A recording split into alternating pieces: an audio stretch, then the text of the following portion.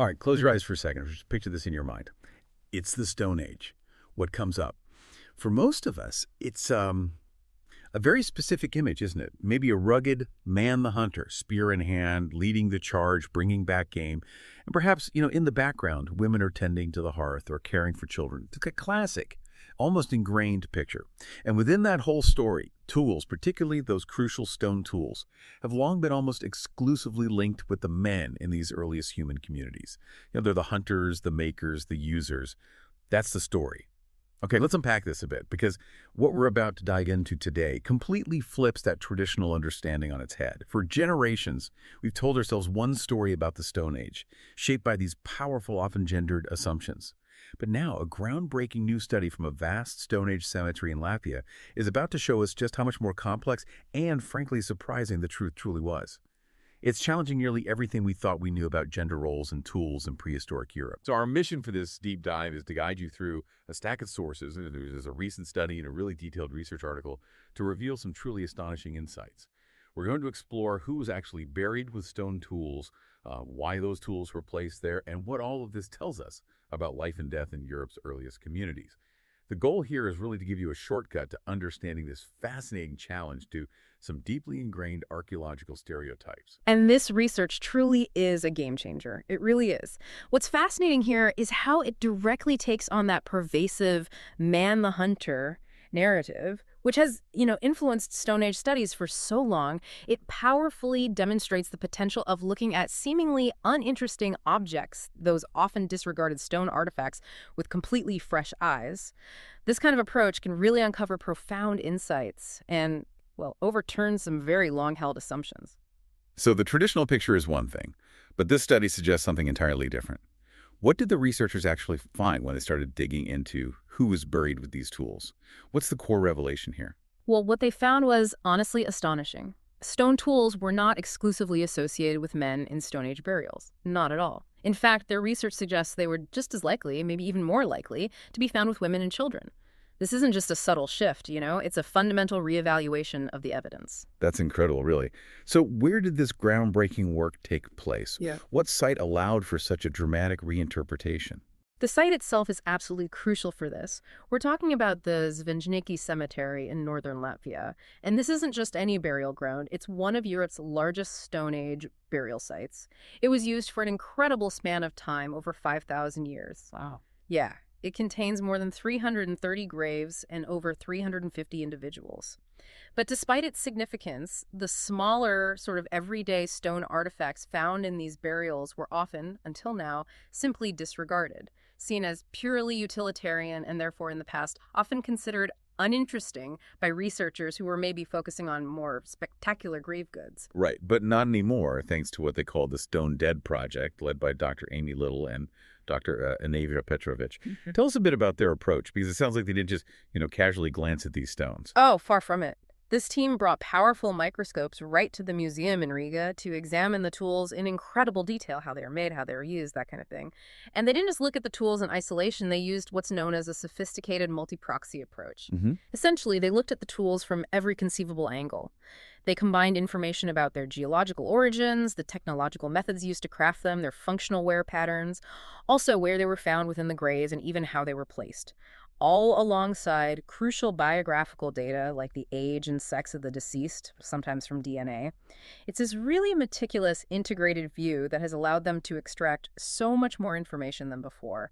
And it's this incredibly detailed, integrated approach that directly challenges that man the hunter stereotype, right? What did the numbers actually show about who was buried with these lithic tools, these stone artifacts? Yeah, the data really speaks volumes here. It's compelling. Women were actually slightly more likely, about 12% than men, at 11%, to be buried with these stone tools. More like. Slightly more, yes. And Dr. Little noted that the man the hunter narrative has been so pervasive that it has, on occasion, potentially even influenced how some infants were sexed by archaeologists just based on the presence of these tools, which is, a problem. This research really forces us to question those biases directly. That's a massive shift in perspective already. Yeah. Wow. But it wasn't just about men versus women, was it? The study also found some really interesting patterns around different age groups. Absolutely. The surprises don't stop with just adult gender. The study reveals that younger children, around 19%, and older adults, at 17%, were actually most often found with stone tools in their graves. Younger children and older adults. That's right. And in stark contrast, the general adult category, prime working age individuals, was surprisingly low, only about 7%. Huh. This immediately makes us question who held true significance or status in these communities. Maybe it wasn't just the active adults. Perhaps those representing the future, the children, and the accumulated wisdom of the past, the elders, were seen differently in death. And diving even deeper into which specific tools, we see even more intriguing patterns related to gender. Get this, scrapers. Those tools often used for processing animal hides, Yeah. they were exclusively found with females in these Zvejnieki burials. Exclusively, that's a huge detail right there. It really is. And while bifacial points, those are the finely worked pointed tools often thought of as spear or arrow tips, while they appeared in more male burials overall, they were found in higher concentrations with females. Higher concentration. Yes, and a similar pattern was seen for blades, which are typically very sharp, elongated flakes of stone. So it's definitely not a simple one-to-one correlation of tool type to gender role as previously assumed. Plus, another intriguing detail. 4 tools showing mineral working traces were only found in female graves. Mineral working, like pigments. Potentially. Given that red ochre, that vibrant red pigment, was a major part of funerary practices at Zvejnieki. This suggests the potential connection for these women to specific ritual roles or activities involving pigments. It's very suggestive. So these findings immediately tell us these stone tools were far more than just, everyday utensils for mundane tasks. They must have played a much deeper role in burial rituals, moving beyond just simple utility. Exactly. If we connect this to the bigger picture, it strongly suggests these tools weren't merely personal possessions meant for an afterlife journey, as you might assume for purely utilitarian items. They seem to have held a profound symbolic significance in the mourning process, in the ritual itself. This study really highlights how much more there is to learn about the lives and deaths of Europe's earliest communities. And it shows why even seemingly simple objects can unlock incredibly complex insights about our shared human past. And the evidence for this symbolic role is really striking, isn't it? For example, the study found that many flake stone artifacts, an astonishing 51%, showed no visible wear. Half of them, basically. Yeah, and another 32% had indeterminate traces, meaning we can't be sure. This means a significant number of these objects entered the grave either completely unused or with traces of very brief use, which implies they weren't worn-out tools from daily life. They were put there for another reason entirely. That's right, and it goes even further. Some tools, particularly those bifacial points we mentioned earlier, of which a staggering 85% were unused. 85%. Yes, they appear to have been specifically made and then broken as part of the funerary rites. Made and then broken, intentionally. It certainly looks that way. This intentional breakage is a powerful, almost, a very poignant image. And it strongly suggests a shared ritual tradition across the eastern Baltic region, because similar practices have been noted elsewhere there. It transforms the tools from just functional items into profound ritual objects, perhaps created or modified specifically for the moment of burial. Of course, some tools did show wear, about 17% of them, you said. These were mainly used for animal-related materials like bone, hide, or meat, and some for wood. Hide processing was apparently the most common identifiable activity. Right. But even these used tools were likely offerings, perhaps signifying a skill or an aspect of the deceased's life, maybe a symbolic connection to the hunt or craft activities, not just chucking in old, mundane items from daily life. They still carried a story, a specific meaning for that person or that ritual. And looking at the broader timeline adds another layer. Yes, looking at the broader temporal context, a clear pattern emerges. The inclusion of these napped lithics, the stone tools, became much more prominent in funerary rites during the 4th millennium BC. Okay, so later in the site's use. Exactly. In the earlier millennia, say from the 7th down to the 5th millennium BC, their inclusion in burials was quite rare. And when they were included, it was in very small quantities, often just 1 to 3 pieces per grave. This indicates a pretty significant cultural shift over time, a deepening connection between these specific tools and the rituals surrounding death. And it wasn't just when these tools appeared, but also where within the cemetery, right? Precisely. There were higher concentrations of these stone artifacts, especially the more formal tool types like the bifacial points, flakes, and blades found in the southeastern part of the site.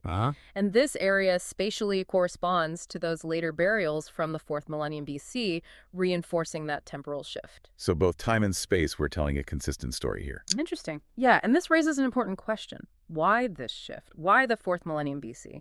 Well, This prominence of stone tools at Zvejnieki coincides with major cultural and demographic changes happening right across the eastern Baltic. You have to think of new, visually captivating burial customs emerging around this time. Like what? Things like collective burials, the inclusion of distinctive clay masks in some areas, definitely an increased use of that vibrant red ochre we talked about, and the deposition of other unique objects, often made from non-local materials like amber and imported flint. These things start showing up more. So the inclusion of more napped lithics probably wasn't just a local trend at Zvejnieki. It seems to be part of a much wider sociocultural transformation happening across boreal Northeast Europe. A really fascinating period of innovation and ritual development. Right. To really bring this to life, let's look at some of the specific individuals from Zvejnieki. The study highlighted 5 individuals who received the highest quantities of lithic grave goods, and all of them date to that key period, the 4th millennium BC. And what's truly fascinating, as you hinted, is that these represent a perfect cross-section of the buried population. 3 were female, 1 was male, and 1 was of unknown sex. Exactly. Which powerfully reinforces the idea that tool burial was emphatically not gender-specific in the way we might have assumed. It really cut across all demographics. Okay, here's where it gets really interesting for me. Consider burial 207. This was an older female child, and her sex was confirmed by DNA analysis, so no ambiguity there. She had the highest quantity of bifacial points of all individuals at Zvejnieki. A child. The highest quantity, yes, and the second highest quantity of scrapers as well. Wow. And these weren't just scattered around. No, they were found both in direct association with her body and in a large votive deposit, basically. A carefully arranged collection of significant offerings placed at her feet. And this deposit also contained a wealth of other grave goods. What's more, some of her tools actually showed use wear from butchering, meat processing, and those mineral-related activities we mentioned. So the tools themselves had histories. Exactly, suggesting a complex life history for these objects even before they were placed with her. This isn't just a child buried with a tool. It's a child with a really profound ritual connection to a whole suite of these objects. And right next to her was another interesting one. Yes, right next to burial 207 was burial 211, a young adult female, also from the 4th millennium BC. She had a similar votive deposit, or OPD offering place deposit. Hers contained 28 flint flakes, 15 blades, and 3 bifacial points, all of which were unused. It also held a scraper. Significantly, the scraper and some of the flakes and blades did show wear traces related to hide, animal, and mineral processing. And crucially, all these items were stained with red ochre. Ochre again. Yes.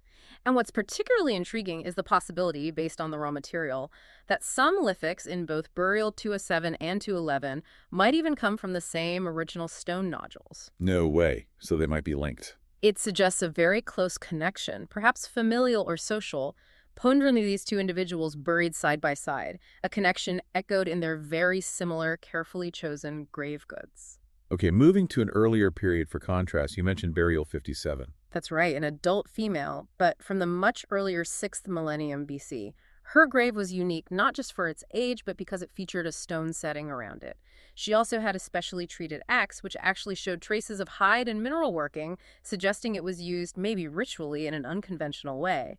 And she had 4 flaked stone artifacts with her, including 3 blades, one used for cutting bone, and a scraper placed right by her hand. So quite elaborate, even early on. Yes, this diverse assemblage, combined with the special treatment of the grave itself, strongly suggests her significant importance within her community. She's a crucial early example of this kind of complex ritual treatment involving tools. And then there was a male burial you mentioned, burial 325. Yes, an adult male, this one back in that prominent 4th millennium BC period. What's notable here is that his only lithic offerings were 4 bifacial points, placed carefully on his torso. Just the points. Just the points. And 3 of these were fragmented, broken. And crucially, all 4 were unused. Broken and unused. Exactly. This specific context, again, powerfully reinforces that idea of intentional breakage and the deliberate selection of specific types of tools, unused ones, as part of a ritual for honoring the deceased. It wasn't about providing practical, everyday items for the afterlife. Each object placed in these graves seems to tell a very intentional story about the ritual, the person, and the community's beliefs. So let's pull this together. What does this all mean for our understanding of the Stone Age? And maybe even for our own ingrained assumptions about gender roles. This really does challenge so much of what we thought we knew, doesn't it? It absolutely does. This study fundamentally challenges those long-held assumptions about the strictly utilitarian nature of stone tools in Stone Age communities. Stone tools, while undoubtedly crucial for daily life, were clearly more than just mundane objects. They were integral to people's mourning rituals and held deep symbolic meaning. Right. It shows us that the relationship between artifacts and social identity, things like gender, age, status in Baltic Stone Age society, was far more complex, far more nuanced than previously assumed. This research truly compels us to reevaluate how we interpret archaeological evidence and, critically, to be aware of our own potential biases when we look at the past. Okay, so to summarize the key takeaways for you from this fascinating deep dive. First, stone tools were shared across genders and age groups in burial rituals at Zvejnieki. There was a notable, even surprising presence with women and children. This completely reconfigures our understanding of status and roles back then. Second, many of these tools were symbolic offerings. They seem to have been specifically made or even broken for the funerary rite itself, rather than just being everyday worn-out items. They were imbued with profound meaning. Third, that 4th millennium BC period saw a clear cultural shift.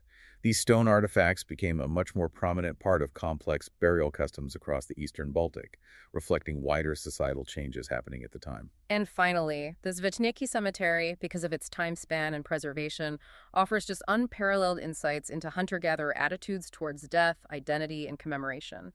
It's completely reshaping our view of these early European communities. It's a powerful reminder of how complex and rich these ancient lives truly were. Yeah, it really is. This whole deep dive into the Zvejnieki cemetery makes you wonder, doesn't it? If these simple stone tools, once kind of overlooked, can reveal such complex narratives about gender, ritual, and societal values way back in the Stone Age, what other stories are just waiting to be uncovered in the forgotten objects and overlooked details of our shared human past? What seemingly uninteresting things in your life, even today, might hold a deeper, unexamined meaning that simply needs a fresh pair of eyes, It's definitely a powerful reminder to always question received wisdom and, well, dig a little deeper.